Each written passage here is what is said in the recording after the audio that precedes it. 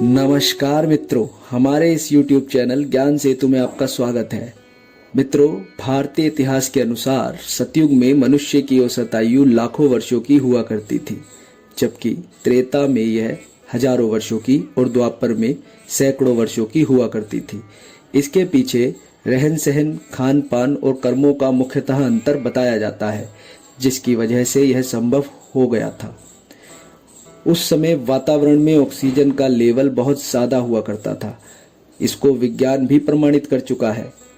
मित्रों, ऐसे ही त्रेता युग में रामायण से जुड़ा एक रोचक किस्सा आज हम आपके लिए लेकर आए हैं। आशा करता हूँ आपको अच्छा लगेगा। तो चलिए शुरू करते हैं। मित्रों, राजा दशरथ जब युवा अवस्था में थे तो वह शब्द भेदी बाण चलाने में बहुत पारंगत थे। उनके इस हुनर की प्रजा में खूब चर्चा थी और इसी के मद में आकर वो शिकार खेलने जाया करते थे। एक दिन जब वो शब्द भेदी बाण चला रहे थे तो उनके हाथों श्रवण कुमार की मृत्यु हो जाती है और इसी के चलते उन्हें एक श्राप मिलता है, जो आगे चल के भगवान राम के वनवास का कारण माना जाता है। मित्रों, कुछ श्रुतियों और रामायण के अनुसार दशरथ जी जब 60,000 वर्ष के हो गए थे, उसके बाद उन्हें संतान की प्राप्ति हुई थी। सीता राम विवाह के वक्त राम जी की उम्र 14 साल थी, जबकि सीता जी 6 साल की थी। शादी के 12 वर्षों तक उन दोनों ने अयोध्या में ही निवास किया और फिर उनको दशरथ जी के श्राप के कारण वनवास जाना पड़ा।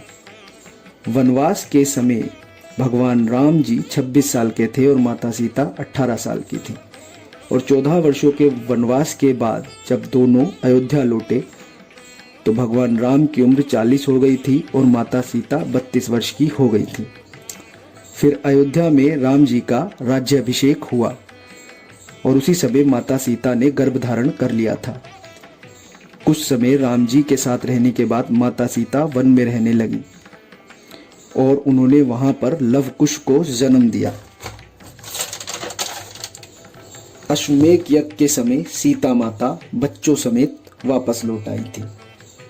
उसके बाद वह राम जी के साथ 11,000 से 13,000 वर्षों तक अयोध्या में रहने लगी और भगवान राम ने इतने ही वर्षों तक अयोध्या पे राज्य किया।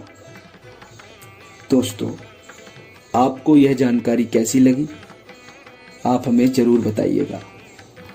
अगर आपको ये जानकारी अच्छी लगी तो आप इसे ज़्यादा से ज़्यादा लोगों तक शेयर कीजिए और हमारा YouTube चैनल सब्सक्राइब कीजिए।